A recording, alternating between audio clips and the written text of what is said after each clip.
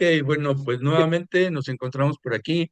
Psicología Manual de una Nueva Vida, de la mano siempre con Grupo Un Motivo, en el cual pues estamos trabajando para poder hacer que las cosas cambien.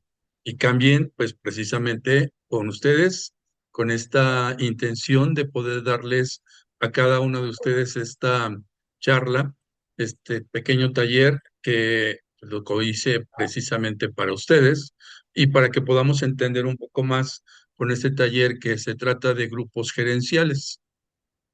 Espero que se haya quedado bien claro la clase pasada y que en esta clase pues podamos ir participando cada vez más.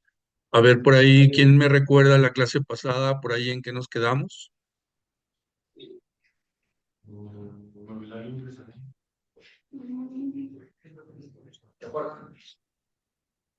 Ley de ¿No? impuestos, los Ah, impuestos. ok, muy bien.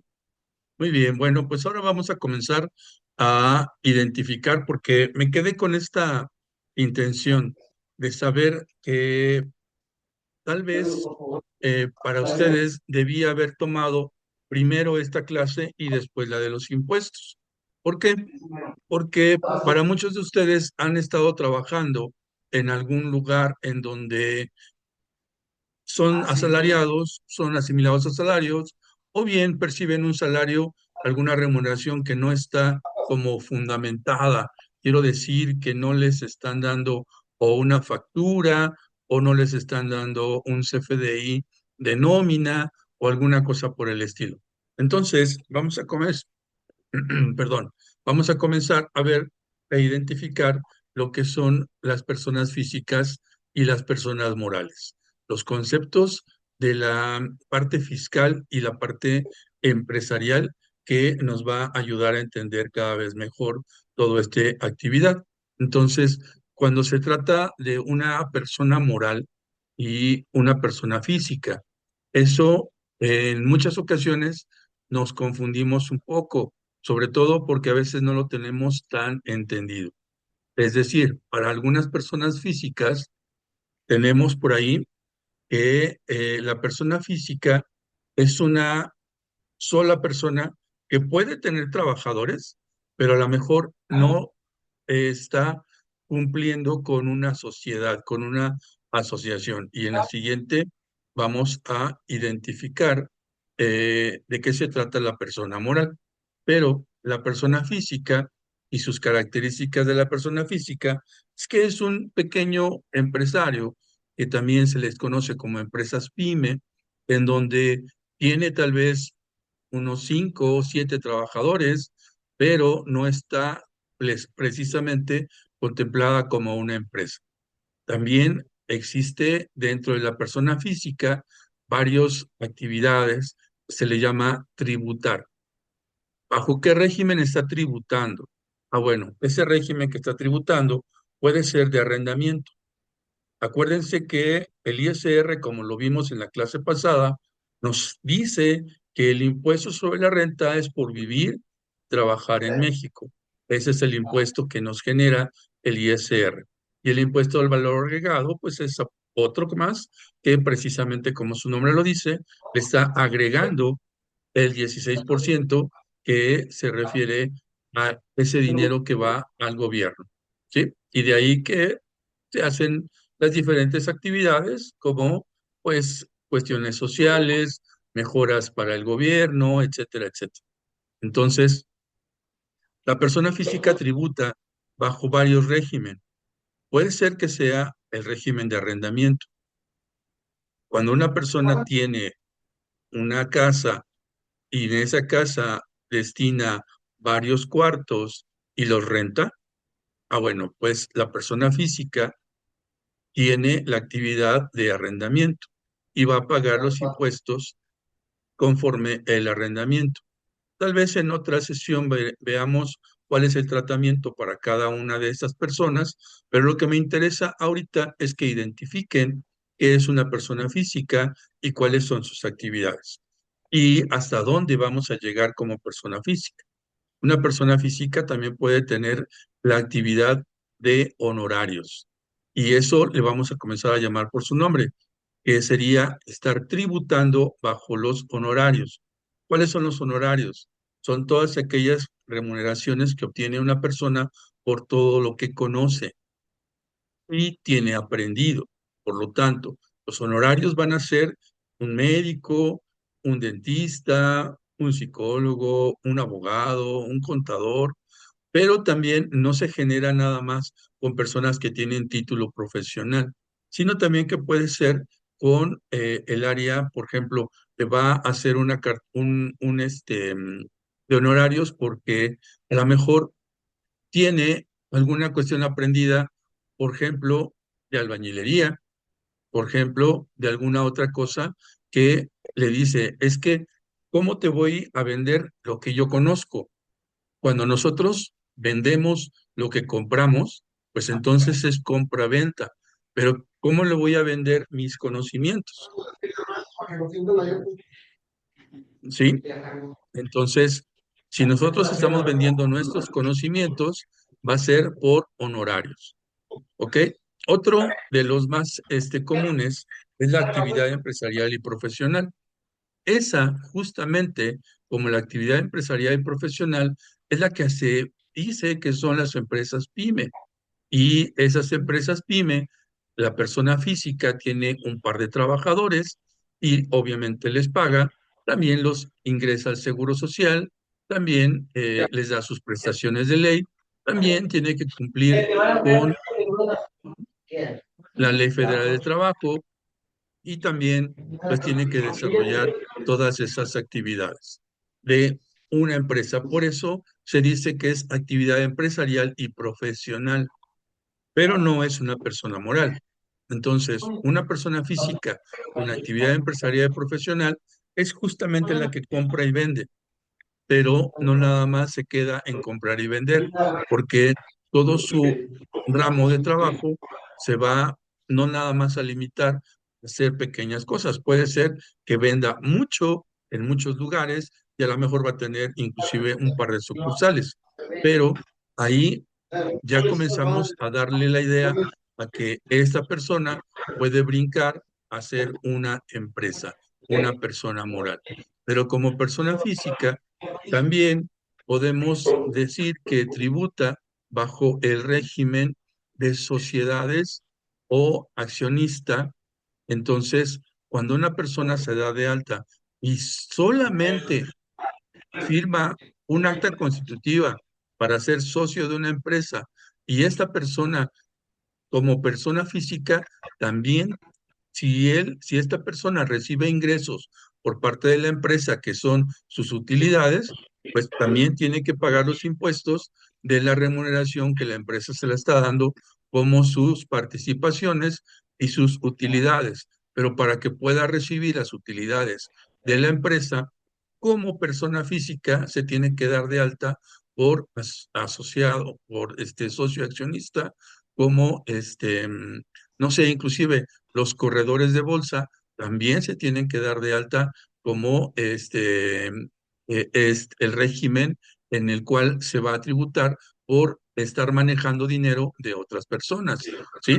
Entonces, hay muchos régimen de la persona física, pero sabemos que esa persona solamente va a ser una sola persona, aunque tenga varios trabajadores, pero es la única responsable legalmente de poder pagar los impuestos, de estar al frente de todo lo que se refiere a la empresa. Entonces, esa es la persona física, ¿sí?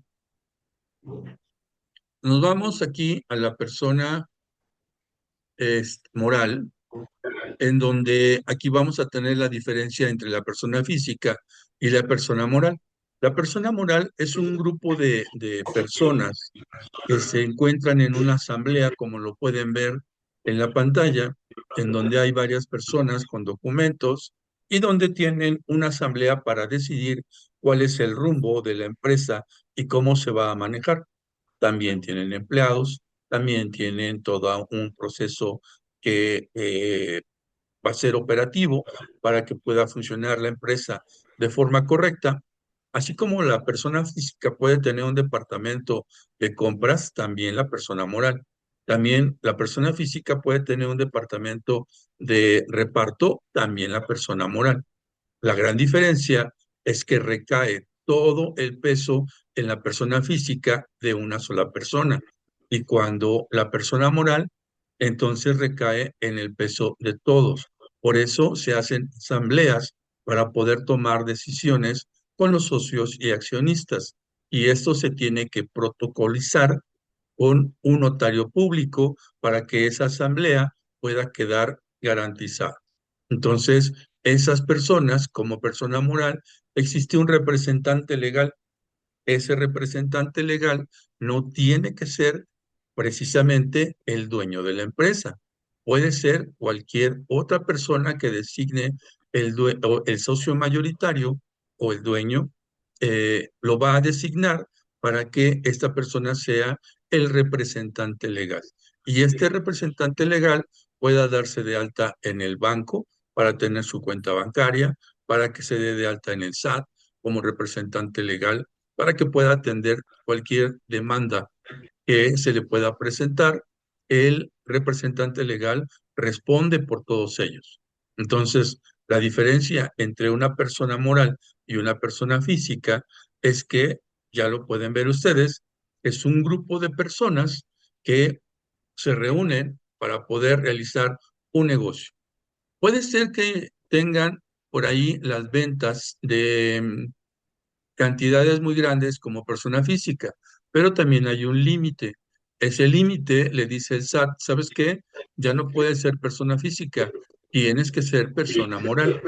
Y entonces, como persona moral, también tiene que existir un límite de ingresos que obtiene hasta que pueda entonces pasar a lo que se refiere a ser personas morales que sean grandes contribuyentes. Estos grandes contribuyentes, pues son personas como Coca-Cola, como alguna empresa como Bimbo, son grandes contribuyentes porque generan mucho dinero. Y entonces, como persona moral, imagínense, Coca-Cola, cuántas personas pueden representar? Pues mínimo dos. Pero Coca-Cola puede ser representada por los socios y accionistas que pueden ser 20 o hasta 200, dependiendo de los socios y accionistas. ¿Ustedes han escuchado lo que se refiere a la bolsa de valores?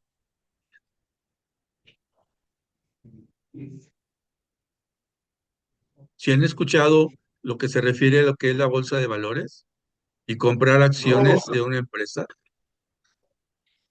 ¿No? Ok, bueno, pues Coca-Cola también vende acciones. El problema es que a veces esas acciones no están al alcance de cualquiera. Es decir, a veces las acciones son como mínimo 50,000 pesos para poder comenzar a comprar el mínimo de acciones.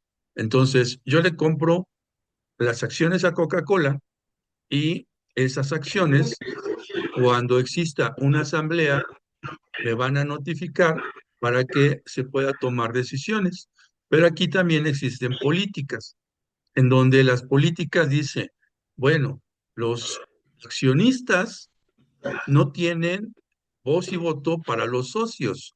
Entonces, los socios fundadores o los socios de capital principal son los que tienen la voz y voto para poder manejar la empresa. Y los accionistas no, solamente se quedarán con el recurso que pueda generar su acción que van a aportar para que pueda tener su ingreso o inclusive hasta su pérdida. Por eso, no sé si ustedes por ahí escucharon una noticia de hace muchos años. Para la gente joven, pues igual a lo mejor no tiene presente, pero para la gente por ahí dice mi abuelito en paz descanse, de mi rodada, eh, pues entonces podrán saber que por ahí estuvo una caída de la bolsa de Nueva York en donde muchos de los corredores de bolsa se suicidaron. ¿Por qué? Porque perdieron muchísimo dinero. Entonces, ¿qué es lo que se hace un corredor de bolsas? Pues justamente está en enfrente de todas las modificaciones que tiene por ahí la bolsa de valores. Otra de las noticias que a lo mejor ustedes sí se acuerdan es que este jugador Ronaldo tenía unas Coca-Colas ahí en su mesa cuando iba a dar una conferencia. Bueno, Ronaldo hizo a un lado la Coca-Cola y puso una botella de agua.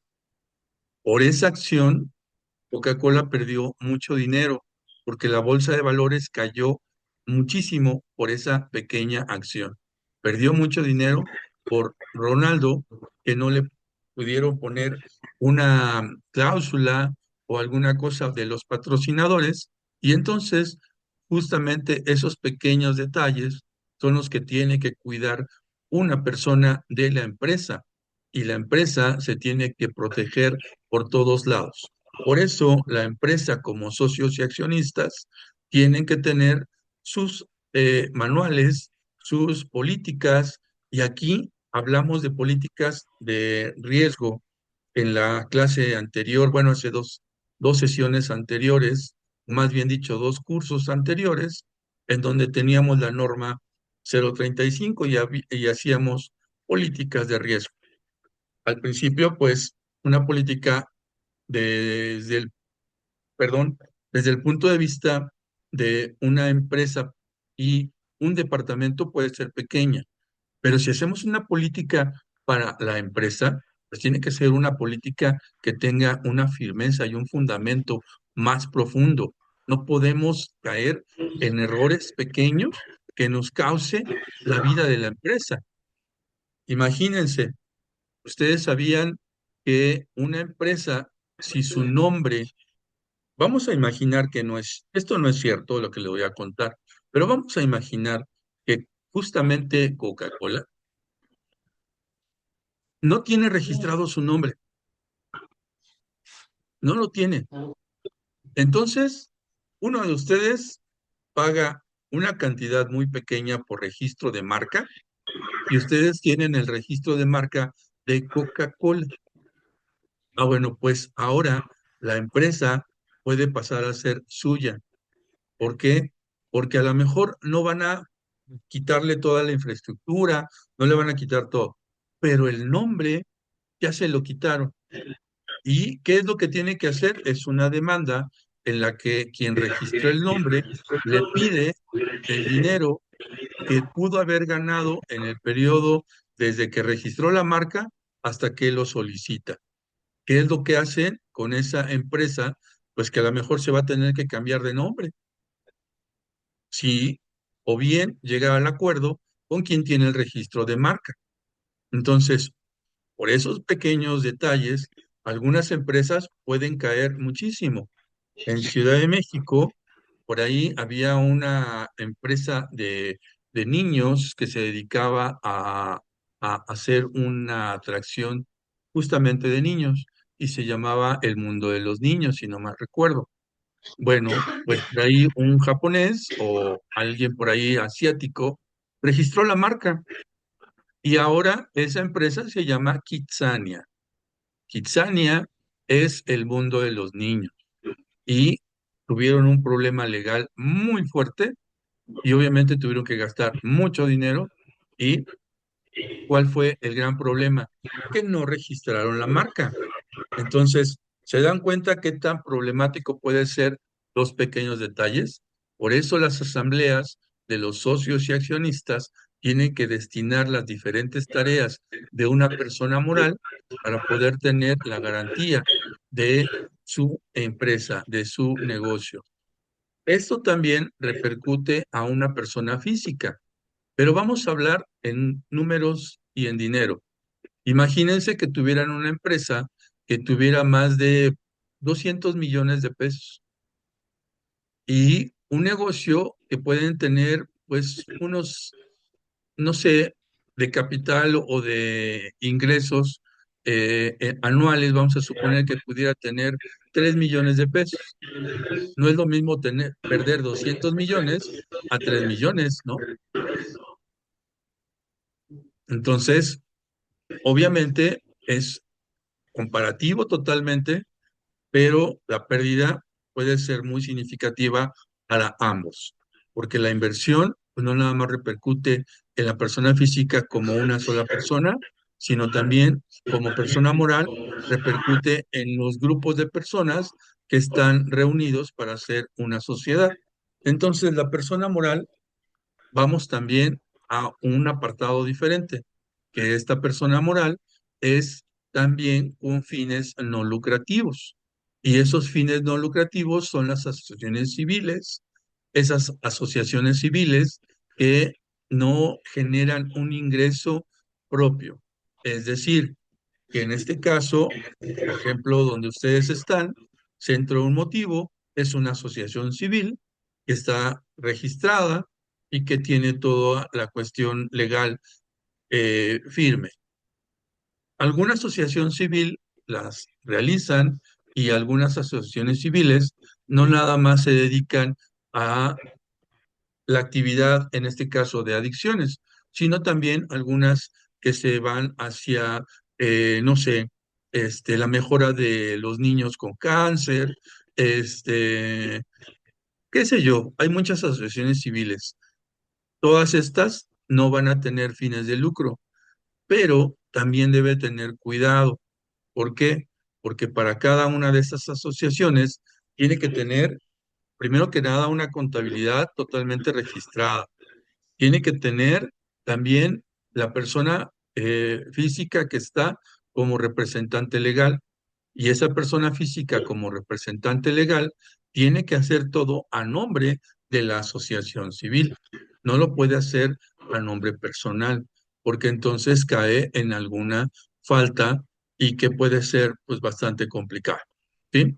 Entonces, son varios detalles que vamos a ir aprendiendo para poder saber de qué manera podemos tener al frente tanto una persona física como una persona moral. A mí me daría mucho gusto, de verdad me daría mucho gusto que cuando salieran ustedes me pudieran contactar y me pudieran llamar y me dijeran, ¿sabes qué? Vamos a crear una persona moral. Somos 4 personas que queremos hacer zapatos. Órale, va, pues vamos a apoyar. ¿De qué manera lo vamos a hacer? Ah, bueno, tenemos que comenzar con la contratación de personal, tenemos que comenzar con el registro de marca, con los procesos principales que no nos va a causar problemas más adelante. El gran problema de los emprendedores es que invierten el dinero, invierten el recurso, se ponen a trabajar y a veces no saben cómo pagar sus impuestos. Y también otro gran problema, que cuando a veces los emprendedores dicen, voy a ganar 10,000 pesos, ah, perfecto, con eso me alcanza para pagar los 5,000 de renta, 1,000 pesos para mí, los 2,000 pesos de salario, etcétera, etcétera, etcétera, y dicen, ya, estoy listo para ganar 10,000 pesos. Pero ¿qué creen? Se les olvidó el pago del contador, se les olvidó el pago de impuestos, se les olvidó el pago de renta, se les olvidó el pago de alguna manera de cómo anunciarse para que puedan vender más. Y entonces ya no son los 10,000 pesos que van a poder repartir. Para poder salir de todos sus apuros, tendrían que vender entonces tal vez 20,000. Entonces, esas previsiones, no solamente como persona física o como persona moral, se debe de realizar. Y justamente el taller que estamos aprendiendo es de carácter empresarial. Y entonces ustedes van a tener la visión y la certeza de cómo poder manejar esa actividad empresarial. ¿De acuerdo? Entonces, como persona física y como persona moral. Las actividades de fines no lucrativos, como ya lo habíamos mencionado, pues son actividades que son para el bien social, para el bien de la comunidad, para inclusive algunas escuelas, como por ejemplo Politécnico, UNAM, la Universidad Autónoma de Aguascalientes, como diferentes escuelas están registradas como asociaciones civiles con fines no lucrativos porque es en pro de la educación. Y algunas universidades, pues aquí tenemos por ahí algunos de los detalles en los que se dice que son con fines no lucrativos, pero a veces la colegiatura excede de más. Entonces, pues ahí se pierde la parte de la razón de negocio, la materialidad del negocio y la conducta apropiada. Sin embargo, se queda una por ahí, una laguna en donde efectivamente estamos dando beneficios a la persona que está aprendiendo, que se están sumando y aquí es una característica en donde puede la universidad, la escuela, ya sea de primaria, secundaria, preparatoria, universidad, posgrados y demás, también puede estar dando becas. Entonces, esas becas van a poder fortalecer los fines no lucrativos, ¿sí? Entonces, eh, una persona física nunca, nunca jamás va a poder ser beneficio a la sociedad. Si una persona eh, solita quiere hacer algún beneficio, pues a lo mejor los recursos no los va a poder declarar como actividades que no fueran lucrativas. El ingreso que obtenga siempre va a ser pagado de impuestos, ¿sí? Pero cuando se juntan un grupo de personas, pues entonces ya es un grupo de asociaciones civiles. Y dentro de las que tenemos como no lucrativas, también tenemos algunas cooperativas que puede decir, ¿sabes qué? Yo no voy a ser el que se va a quedar con todo el dinero. Vamos a hacer una cooperativa y todos nos vamos a quedar con el dinero. Ahí es cuando funciona una cooperativa. Entonces, porque es un grupo de personas que están realizando una labor y esa labor la van a hacer beneficio para todos y el gobierno les da subsidios para que esa empresa pueda funcionar como cooperativas, cooperativas textiles, cooperativas, inclusive Pascual, el refresco Pascual, es una cooperativa. Por ejemplo, ahorita por ahí acaban de terminar algunos procesos que no conozco de la empresa Cruz Azul, pero la empresa Cruz Azul era una cooperativa.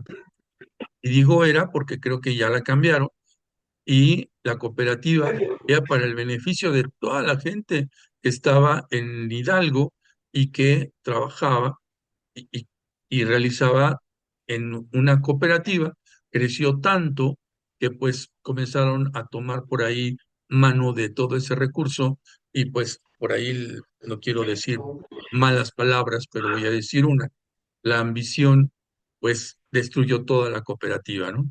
Entonces, los fines no lucrativos nos pueden llevar a malos manejos, pero nos pueden llevar a hacer cosas buenas y bonitas. Y mejor nos quedamos con las cosas buenas y bonitas.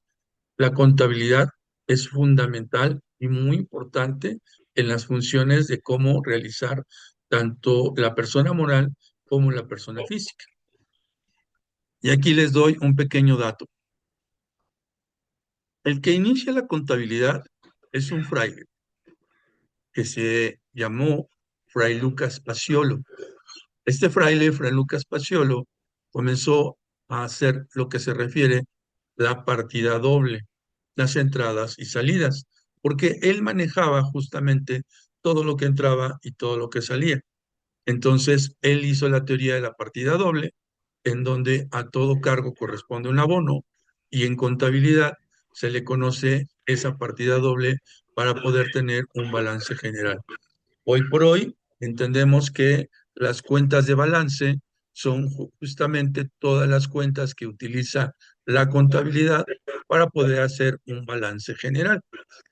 Ese balance general nos va a ayudar a saber cuánto tenemos en bancos, cuánto tenemos en almacén, cuánto nos deben los clientes, cuánto tenemos en activos fijos, en maquinaria, en herramienta, en mobiliario, y todo ese tipo de cosas.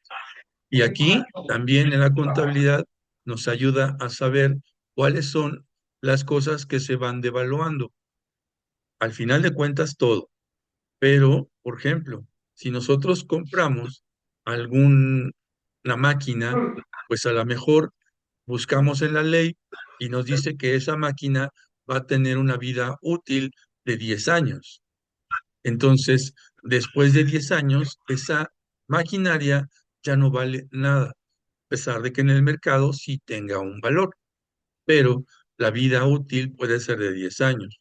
Pero si nosotros compramos, no sé, digamos, algunas cosas como un escritorio, como una silla, que puede ser averiada muy rápidamente, pues entonces vamos a tener una amortización. La diferencia entre la depreciación y la amortización es que la amortización lo vamos a hacer en un cálculo de 12 meses para que se vaya amortizando el gasto. Y la depreciación se hace entre los 10 años y después lo dividimos entre los 12 meses para tener el valor de cuánto vamos a depreciar. Pero de ahí nos vamos a ir a lo que se refiere a los índices nacional de precios al consumidor para saber cómo vamos a ir actualizando cada una de esas cantidades. Todo esto que se los comento, a lo mejor algunos lo tienen claro por las clases anteriores que hemos tenido, algunos otros no lo tienen tan claro, pero poco a poco vamos a ir avanzando y vamos a ir entendiendo de qué estamos hablando.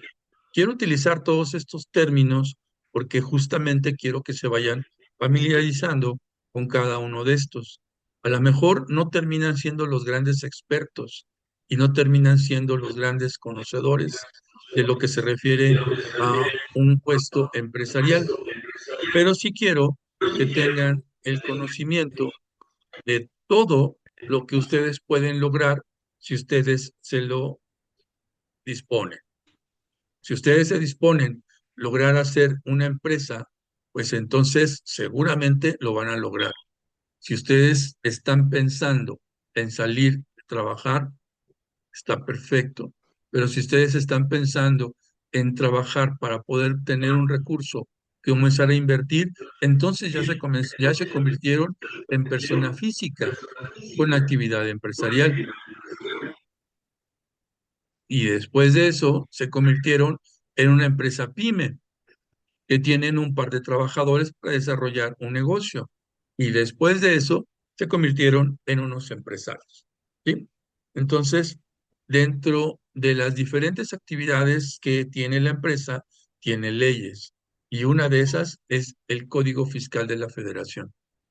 Ese Código Fiscal de la Federación nos ayuda a poder entender mejor lo que es el impuesto de la renta y lo que es el IVA, porque en el Código Fiscal nos dice, por ejemplo, en uno de sus artículos, menciona que el reglamento a la ley del impuesto de la renta se tomará como la ley misma. Algunos artículos que nos menciona que los casos improcedentes de algunas multas se van a caracterizar porque la multa fue impuesta después de que yo pagué, aun aunque la autoridad no lo sabía. Pero si yo meto un recurso de revocación conforme a los artículos del Código Fiscal de la Federación, donde le digo, espérame, yo ya te pagué antes de que tú me notificaras, entonces la multa es improcedente. Pero si yo no pagué, entonces yo no puedo utilizar ese recurso del Código Fiscal y entonces sí tengo que pagar la multa. ¿Sí?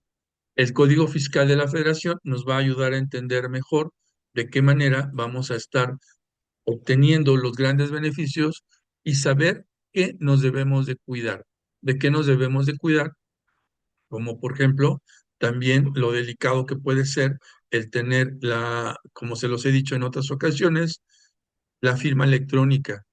Esa firma electrónica no tienen que dársela pues a nadie.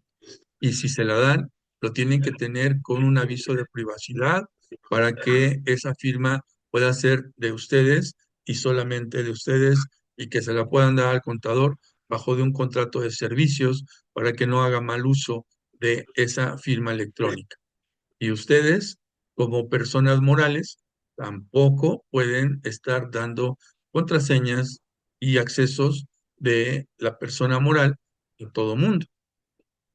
Tal vez a los trabajadores que están muy allegados a ustedes, pero por eso cuando tienen un contrato de una persona que los va a ayudar en sus tareas con delicadeza, como la firma electrónica, pues deben de tener un contrato también de confidencialidad en donde te aseguran que la persona va a responder por la confianza y que no va a divulgar o no va a extraer información que pueda ser perjudicial.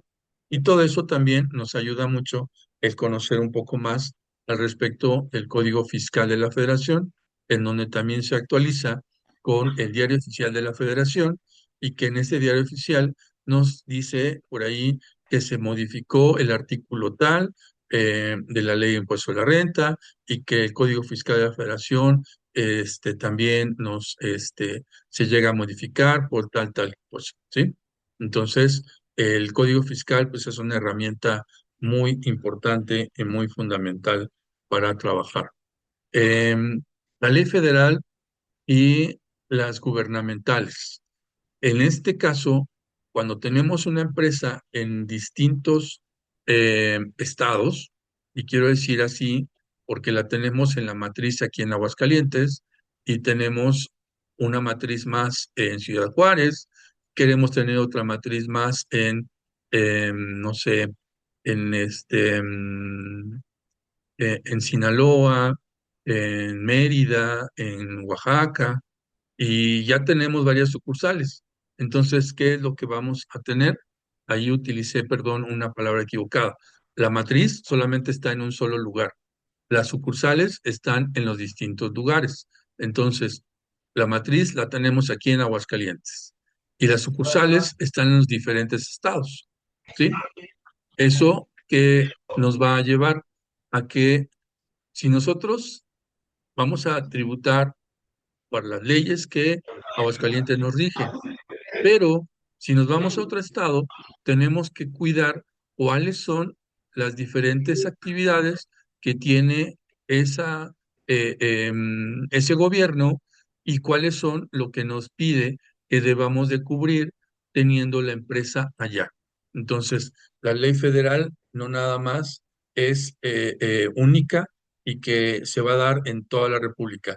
No, la ley estatal también nos dice que debemos de cumplir las diferentes normas, los diferentes em, requisitos que nos pide cada estado, ¿de acuerdo?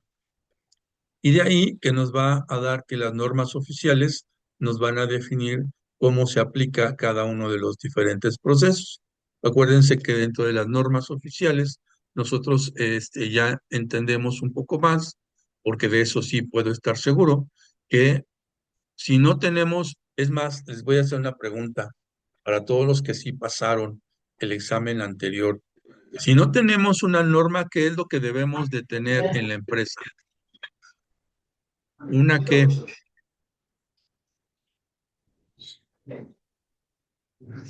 ¿quién me contesta? Si no tenemos una norma que aplicar para una tarea y un trabajo que hacer, ¿qué es lo que tenemos que hacer? Política de privacidad.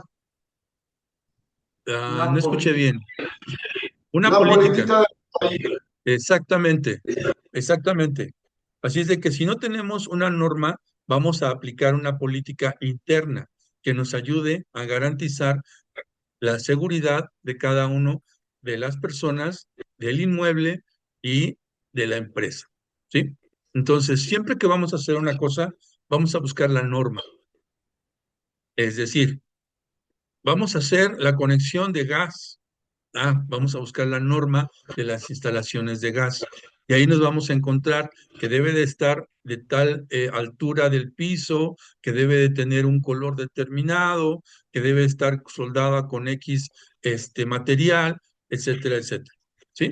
Entonces, pero si no tenemos la norma, lo que vamos a hacer es una política en donde nos va a ayudar a garantizar la empresa y el beneficio de cada uno de todos nosotros y de los trabajadores, ¿sí? ¿De acuerdo? Entonces, la razón de negocio y los conceptos que vamos a trabajar con la empresa dentro de los socios y accionistas, primero que nada, con esta lámina que me dio la inteligencia artificial, pues tenemos la bandera de otro país, pero no precisamente me queda desatinada, porque las normas oficiales, las normas mexicanas, están tomadas por las NIF, no, perdón, sí, las normas internacionales, que son las ISO.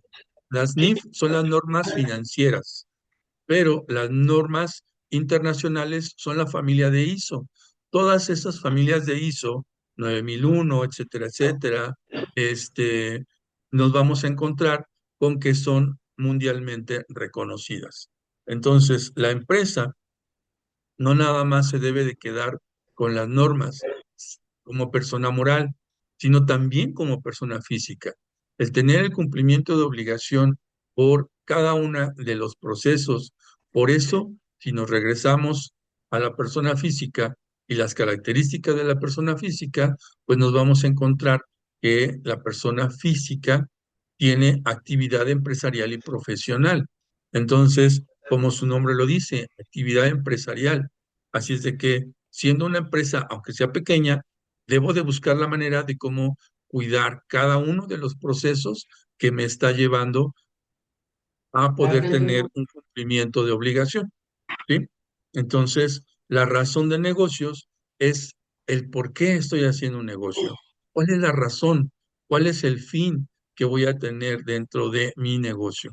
Si la razón de negocios es lamentablemente mencionarlo, pero hay algunas empresas que le llaman fantasmas, empresas que solamente son generadoras de recursos, tienen cantidades increíblemente impresionantes de dinero y resulta que en su nómina solo tienen a 2 trabajadores. Entonces, esa empresa no puede tener razón de negocio porque entonces es una empresa fantasma o es una empresa que se dedica a fines que no son lucrativos y que son de alguna manera perjudiciales para, pues al fin de cuentas, para todos, ¿no? Eh, entonces, la razón de negocio es el por qué estoy haciendo una empresa, por qué voy a hacer ese negocio, ¿sí? Y esa razón de negocio no nada más para las personas morales, sino para las personas físicas, también se define como la razón de negocio. Y de ahí que nos lleva a lo que le conocemos también como trazabilidad. Esa trazabilidad nos dice que yo, como persona física, le compro a una persona moral, un grupo de personas. Y el dinero que yo tengo fue, vamos a suponer, herencia de mi abuelito. En paz descanse. Bueno, ya tengo la herencia, ya puedo invertir con una empresa. Yo demuestro que ese dinero es de una herencia y después demuestro que le estoy pagando a la empresa. Después demuestro que lo estoy vendiendo con los diferentes clientes y después demuestro que le vuelvo a comprar a la empresa y después demuestro que tengo más ganancias y entonces ya tengo un enriquecimiento. Y esa forma de tener dinero tiene una trazabilidad. Cuando no existe la trazabilidad, es cuando no sabemos de dónde proviene el recurso. Imagínense, de la noche a la mañana, alguien tiene, ¿qué les gusta? 200,000 pesos y quiere comenzar a hacer un pequeño negocio. Tal vez no sea tan mal visto, pero ¿de dónde sacaron esos 200,000 pesos? ¿Sí? Entonces, ¿sí se entiende lo que se refiere a la razón de negocio? Sí, sí. Ok, de acuerdo. Bueno, la transparencia y la definición de las negociaciones y las razón de negocio, como ya lo hemos visto, es la trazabilidad.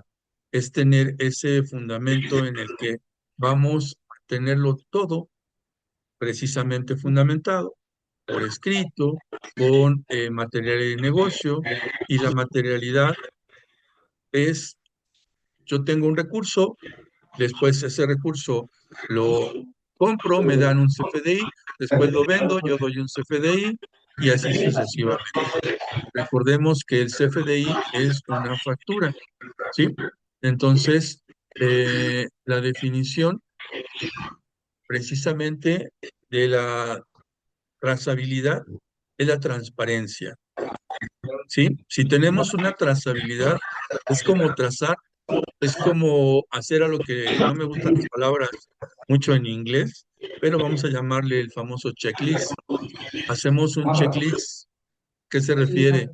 Que vamos a plantear y vamos a planear que es un negocio. Ah, bueno, pues esa transparencia nos va a dar la trazabilidad, ¿ok? Y la materialidad de negocio es justamente que efectivamente estoy comprando algo, porque puede ser que a lo mejor yo se supone que nada más tengo la factura, que es el CFDI, pero no tengo las cosas.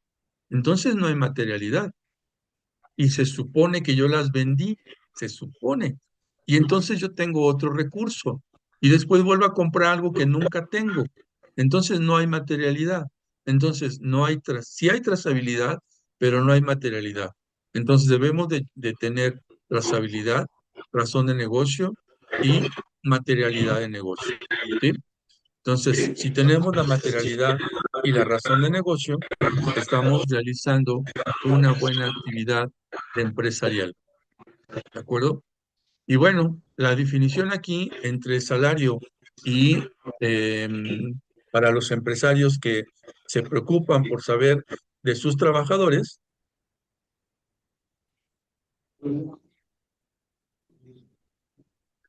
ay, gracias por la pausa, esta pequeña agüita me ayudó mucho.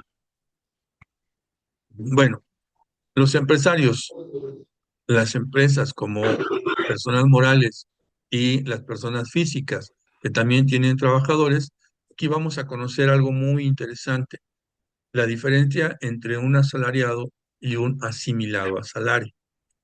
Un asalariado es quien cumple con un horario determinado y quien está en una subordinación, es decir, que está a la orden del jefe. Lo que diga el jefe, lo que pide el jefe es lo que se va a hacer y cumple con un horario, un lugar establecido y entonces vamos, para que podamos entenderlo más, algunas personas, sobre todo por ahí escuelas, en donde tienen al maestro, en donde entra a las 7 de la mañana y sale a las 2 de la tarde todos los días. Ah, bueno, pues ese es un lugar de trabajo, es un horario determinado y entonces tendría que ser salariado, no tendría que ser asimilado a salario. Un asimilado a salario no tiene que permanecer dentro de la empresa todo el tiempo. Puede salir y entrar sin restricción y no tiene subordinación. Ese es otro punto muy importante. Es decir, que el asimilado a salario únicamente va a saber que los extintores están funcionando, que las computadoras están funcionando y que las conexiones de luz están funcionando. Aquí hay una diferencia entre los honorarios y los asimilados a salario. Los honorarios pueden ser donde yo contrato a un técnico que va a revisar precisamente todo eso, pero puede ser que yo tenga un asimilado a salario que no lo estoy contratando eh, esporádicamente, sino que lo estoy contratando que vaya a mi negocio constantemente y yo le voy a pagar su asimilado a salario. Habría que valorar qué me sale más barato, si pagarle a uno de honorarios o a un asimilado a salario. El asimilado a salario no tengo el derecho como empresa, como persona física, de darle seguro social. Si yo quiero, te lo puedo dar, pero si no, no estoy obligado a darle su seguro social a que tiene asimilado al salario. Y el que tiene salario sí está obligado a darle su prestación del seguro social. Entonces, para algunas personas, pues por ahí dicen, es que me conviene más tenerte como asimilado a salario, pero tiene una subordinación pero tiene un horario que cumplir, tiene un lugar determinado, pues entonces no es asimilado a salario, es salario completamente. Entonces, esos son los pequeños detalles que como en el taller estamos trabajando, que ustedes son los grupos gerenciales, como gerentes deben de entender este detalle para que no causen alguna controversia con la Ley Federal del Trabajo y con inspectores de la misma Secretaría del Trabajo y que puedan notificarles que ustedes no tienen asimilados a salarios, que tienen salariados y que al darse cuenta las autoridades pues puedan causarle alguna multa por tener ese tipo de manejos.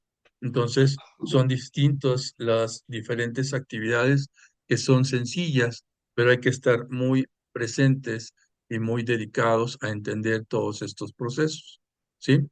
Y bueno, los socios y los beneficiarios controladores en este caso, el beneficiario controlador define lo que son los socios. El beneficiario controlador va a ser quien realmente porta el ingreso total de una empresa. Un beneficiario controlador no va a ser como la persona física, porque la persona física es únicamente una sola persona que se dedica a manejar su propio dinero, su propio recurso, que si por alguna razón alguien le presta o quiere ser su socio, no podrá ser socio. Podrá prestarle, sí, pero bajo algunos otros términos, nunca como, nunca como socio. Para ser socio tendría que ser una persona moral y como socio, pues tendría ya que tener ya otro paso más que sería justamente la persona moral. Así es de que un beneficiario controlador es aquella persona que tiene el recurso para poder aportar dinero para cada una de las diferentes empresas, que cada una de estas diferentes empresas pueda tener por ahí ese soporte económico. Y las empresas le pasan el dinero al beneficiario controlador y ese dinero pues va a ser por ahí la garantía de que su dinero pues se está generando constantemente. Aquí, mucho cuidado, porque el beneficiario controlador, ustedes como empresarios deben de decir, tú tienes un beneficiario controlador, lo tienes que dar de alta ante el SAT. Bueno, pues ese es otro detalle, que se tiene que dar de alta ante el SAT, el beneficiario controlador, ¿sí? Y este detalle es que son procesos en los cuales por ahí son un poco sencillos, pero nos llenan de multas muy, muy caras si no conocemos, si no entendemos un poco más cómo es un beneficiario controlador. Entonces, ese beneficiario controlador también tiene que pagar impuestos y tiene que tener su trazabilidad y tiene que tener su materialidad de negocio y su razón de negocio. ¿De acuerdo? ¿Hasta aquí tenemos alguna duda? No, no. No. Eso cuando doy clase a los alumnos que por ahí se los he impartido, les digo, me da mucho gusto saber que todos son tan inteligentes y yo no me equivoco. Debo de equivocarme, así es de que deben de tener alguna duda. Pero si no tienen ninguna duda, pues me da mucho gusto que no tengan dudas. Y si la tienen, pues háganmela saber ahorita o después o cuando ustedes quieran. Yo aquí estoy siempre en Grupo Un Motivo. Bueno, el cumplimiento de las obligaciones es importante y es el conocer para que las consecuencias no lleguen a tener una parte de carácter de destrucción de la propia empresa o de la persona física, ¿sí? El cumplimiento de las obligaciones por ahí también nos dice que si yo no sabía, ay, pues, ¿qué creen? Ni modo. Nos dice la ley que la ignorancia no exime de las responsabilidades. Entonces, no es posible que no sepa. Si yo voy a hacer algo, necesito conocerlo y necesito saber de qué se trata. Por eso, en ese taller de grupos empresariales, nos dice que yo debo de conocer cada uno de los diferentes procesos a tratar para que no exista una diferente manera de tener procesos que no son legales, que no son totalmente sanos, que nos va a llevar a tener algún perjuicio dentro de la empresa. Entonces, le llamamos trazabilidad, le llamamos razón de negocio, le llamamos material de negocio y le llamamos también beneficiario controlador, que son de las palabras que debemos de tener mucho cuidado y que lo peor del asunto es de que si no entendemos esas palabras y estamos al frente de una empresa, nos van a causar multas. Y cuando nos causan multas es cuando más aprendemos. Pero, pues bueno, entonces, en conclusión, en la reflexión de las partes financieras y las finanzas en las cuales podemos trabajar y tener los diferentes procesos, es que, pues justamente, podamos estar apoyándonos en personas que conocen las diferentes tareas, en personas que son capaces de poder desarrollar las actividades contables, fiscales, operativas, administrativas y también de forma psicológica, porque justamente la norma 035 nos dice que es la libertad del estrés. ¿Y cómo no puedo tener estrés si tengo un grupo de personas que no me ayuda en nada? ¿Cómo no me voy a estresar? Ah, bueno, primero que nada, utiliza a las personas que efectivamente tengan el conocimiento para poder hacerlo.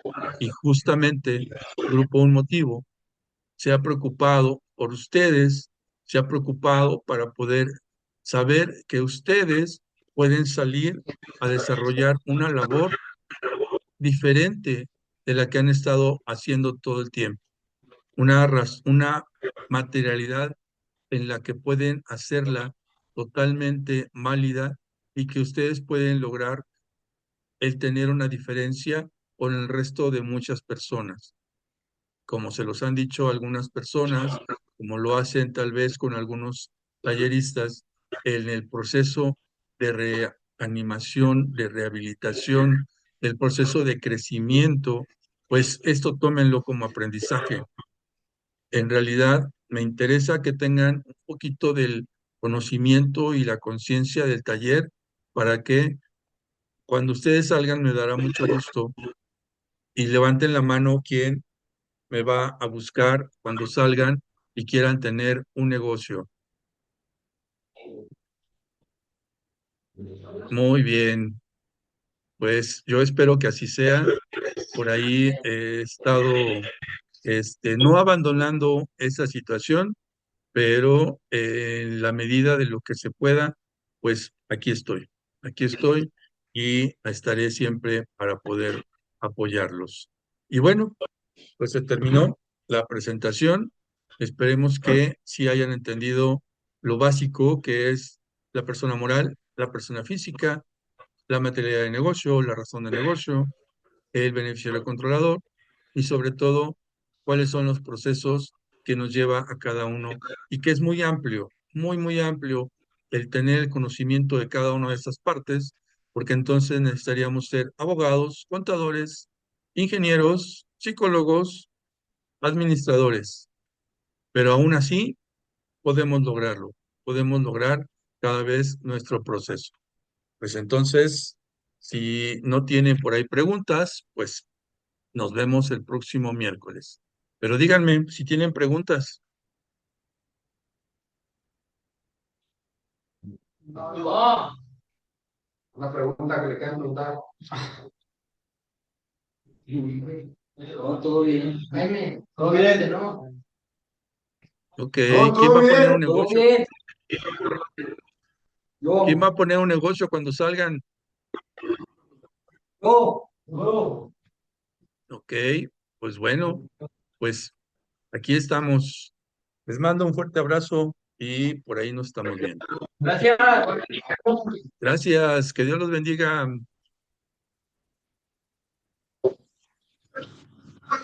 ¡Que Dios los bendiga!